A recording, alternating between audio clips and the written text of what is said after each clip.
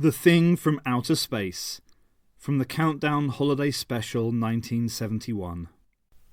It was just before midnight on a dark, wintry evening when the blinding green flare suddenly lit up the whole of the southern counties of England. It lasted for 10 seconds, an unearthly pulsating glow that stopped men in their tracks and had the farm animals for miles around kicking and moaning in terror. Then it vanished, and the gloom that followed lay like a thick, brooding menace over the land. At the secret research station near Portsmouth, Doctor Who was instantly awake. He stared around his sleeping quarters after the eerie glow had subsided and reached for the panel at his side. He pressed a button and a face appeared on the video screen by his bed. "Yes, sir?" said the duty guard officer. "What the devil was that light that woke me up?" demanded the doctor. "Light, sir?" "Yes, confound it, light," Doctor Who said irritably. "It looked like a flare of some kind. Find out and report back right away, there's a good chap." He switched off the video set, swung his legs out of bed and went to the window. The sky was pitch black and there was nothing to be seen save the lights of a frigate berthed across the harbour. He was staring at the ship and wondering about the unusual degree of activity on board when a voice called him back to the video screen. The duty guard officer was breathless. "That flare you saw, sir. Reports are coming in to say that some bright, flaming object splashed down in Portsmouth Harbour. The Navy are wanting to know if we're responsible. They're pretty steamed up about it." "I'll bet," said Doctor Who.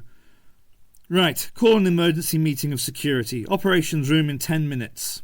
Hurriedly dressing, he took the high-speed lift to the control centre at the top of the 10-storey block that dominated the research station, and found an excited group of officers and scientists already assembled in the operations room. They were crowded near the huge window that overlooked Portsmouth Harbour, and Doctor Who joined them. "What's going on?" he inquired, and then froze. "Heavens above!" he breathed. In the centre of the harbour lay a great glowing mass, heaving and pulsing like some monstrous jellyfish. Long tendrils waved from the creature's body, and a hideous frog-like head protruded from its upper surface. The powerful pulses of eerie green light threw the harbour into sharp relief. Even as Doctor Who watched, the thing began to move towards the frigate against the jetty. Horrified, the onlookers in the operations room stared in disbelief at the scene that followed. The sailors on the frigate had manned the cannons and were firing a steady stream of shells at the advancing monster. They might as well have used a pea shooter to stop a whirlwind. The shells were bursting short of the huge glowing creature, and as the monster drew closer to the ship, the shells burst ever nearer to the guns, until there was a great flash and a roar as one of the shells exploded in the pom-pom gun barrel. Simultaneously, the great pulsating thing stretched out one of its waving antennae and touched the ship's side. Immediately the vessel was engulfed in a brilliant sheet of phosphorescent fire. For several seconds the whole harbour was garishly illuminated by the savage light. Then there came a great shroud of darkness, impenetrable, silent. The monster had disappeared into the depths of the harbour, leaving the frigate blackened and lifeless on the surface. Doctor Who looked at the shocked, stunned faces of his colleagues. His lips were pursed as though he were about to whistle, and his eyes had a distant look. "Force field, obviously," he said almost to himself. "The shells burst against it, naturally. Self-generating energy, perhaps, or—" "Doctor!" A bespectacled scientist with wild, staring eyes was shaking him by the arm. "For God's sake, what was it?" Doctor Who looked round him gravely. "I don't know for certain," he said slowly, "but if my hunch is correct, we may have seen something that I can only describe as embodied solar energy." "Embodied what?" cried a harassed-looking major, interrupting a stream of telephoned orders to turn a startled and incredulous face to the doctor. "It's only my guess," said Doctor Who. "We'll leave our guessing till later. Firstly, I want to see that ship. Order a launch at once, Sparks." he said, turning to the deputy communications officer. "Get onto the anti-submarine establishment. I want a firefighting boat laid on and all the gallons of paint they can lay their hands on. Better shake up the Navy stores people to get the stuff right away. We've no time to lose." It was a grim sight that met Doctor Who's gaze as he stepped aboard the frigate 10 minutes later. By this time the ship was crawling with dockyard security police and naval brass hats. Crew members were sprawled all over the upper deck, and the ship looked as though it had been scorched by a giant blowtorch. Charred woodwork and blistered paint testified to the heat that the frigate had been subjected to. The electrical equipment on board had fused, and emergency lighting was being rigged. Flash lamps were waving in all directions as officers conducted a preliminary survey of the stricken ship. "Are those men dead?" asked Doctor Who, indicating the sprawled figures. "Afraid so," said a stocky, grim-faced naval captain. "Couldn't have known what hit them. Electrocuted by the look of them." "Sir!" An excited petty officer raced up. "Over there, sir! Look!" All eyes turned in the direction of the rating's pointing finger. Emerging from the water not 50 yards away was the evil glowing surface of the monster. Brilliant green flashes pulsed out from the hideous creature as it appeared to wave its tendrils in mocking salute. Doctor Who was the first to pull himself together. "That thing has got to be destroyed before it wipes out the whole dockyard," he snapped. In a few brief sentences he outlined his plan to Captain Fenton, the stocky sailor. "Come with me, Doctor," said Captain Fenton briskly, and together they ran down the gangway of the ship to a waiting staff car on the jetty. "The anti-submarine establishment," rapped the captain as they flung themselves into the seats behind the driver. On screaming tyres, the powerful car devoured the intervening distance, and the two men leapt out and raced into the underwater warfare building.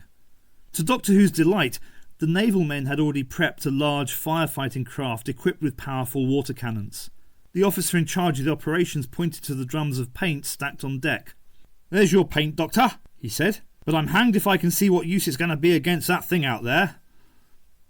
Doctor Who looked at the boat with evident satisfaction. "Commander," he said crisply, "if my plan is to work you'll have to pick 2 brave men. I want them equipped with underwater diving suits and breathing apparatus. They're to come with me on the fire boat until we're near enough to that creature for them to go overboard. Issue them with those portable anti-sub rocket guns you chaps have got, and have the paint made ready for spraying from those fire cannons." Leaving the officer to carry out his instructions, Doctor Who and Captain Fenton went aboard the fireboat. From the deck they could see the glowing green mass of the alien creature in the middle of the harbour. "Thank heavens it hasn't moved yet," said Doctor Who. He looked at his companion. "Any idea what it is, Captain?" Captain Fenton stroked his jaw as his steel-grey eyes surveyed the thing. "I should say some form of alien life that's intruded into our dimension of time and space. That energy it uses must be something pretty incredible, like concentrated lightning." Doctor Who nodded. "Our universe occasionally throws up rebels from its depth," he said. "That thing is obviously a cosmic freak which has broken the normal laws of nature and become totally destructive in our earthly environment. It evidently needs some kind of cosmic energy to sustain it. That's probably why it's pulsing out there like that. It's a kind of breathing, don't you see?" "And you intend to stop it breathing?" "Precisely," said Doctor Who. In 10 minutes all preparations had been completed, and the 2 frogmen had reported to Doctor Who for instructions. "My idea is this," he told them. "That creature out there has a surface force field, so it'll have to be approached from underneath where the force field probably won't operate. If it's taken by surprise, my hope is that the distraction will enable me to get near enough to kill it." "Kill it!" echoed the divers. "Stone dead," said Doctor Who. "Let's go." With a powerful roar, the fireboat headed towards the middle of the harbour and the glowing monster. "Looks like it's moving, sir," said the helmsman, suddenly pointing. The great pulsing creature, as though sensing the approach of danger, had turned its hideous head towards the fireboat, and with waving antennae had begun to move in their direction. "Cut engines!" rapped Doctor Who. "Man those fire cannons!" He turned to the waiting frogmen. "Got your anti-sub guns?" "Yes, sir!" "Then get weaving, now!" The 2 frogmen poised for a moment on the boat's side, then plunged into the inky waters. "Start engines!" ordered Doctor Who. "Stand by for action. The fun will begin any minute now." The creature was now about 30 yards away. A nightmare horror of green fire, its evil eyes fixed on the fireboat and its deadly antennae snaking out to clutch its prey. "Hold your fire, men," said Doctor Who. "Captain Fenton, how fast will this craft go?" "About 30 knots, flat out." "Then I appoint you Indian Chief. Keep the boat circling that ugly-faced cowboy in the best Western tradition. I'll shoot the arrows." "Right." As the boat swept in a great foaming arc around the monstrous glowing predator, there was a sudden violent eruption from beneath the creature, and a piercing whistle of agony shrilled out, terrifying in its uncanny intensity. "Good men!" yelled Doctor Who.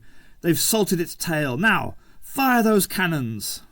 A great jet of liquid spurted out from the fire cannons and sprayed over the wounded creature.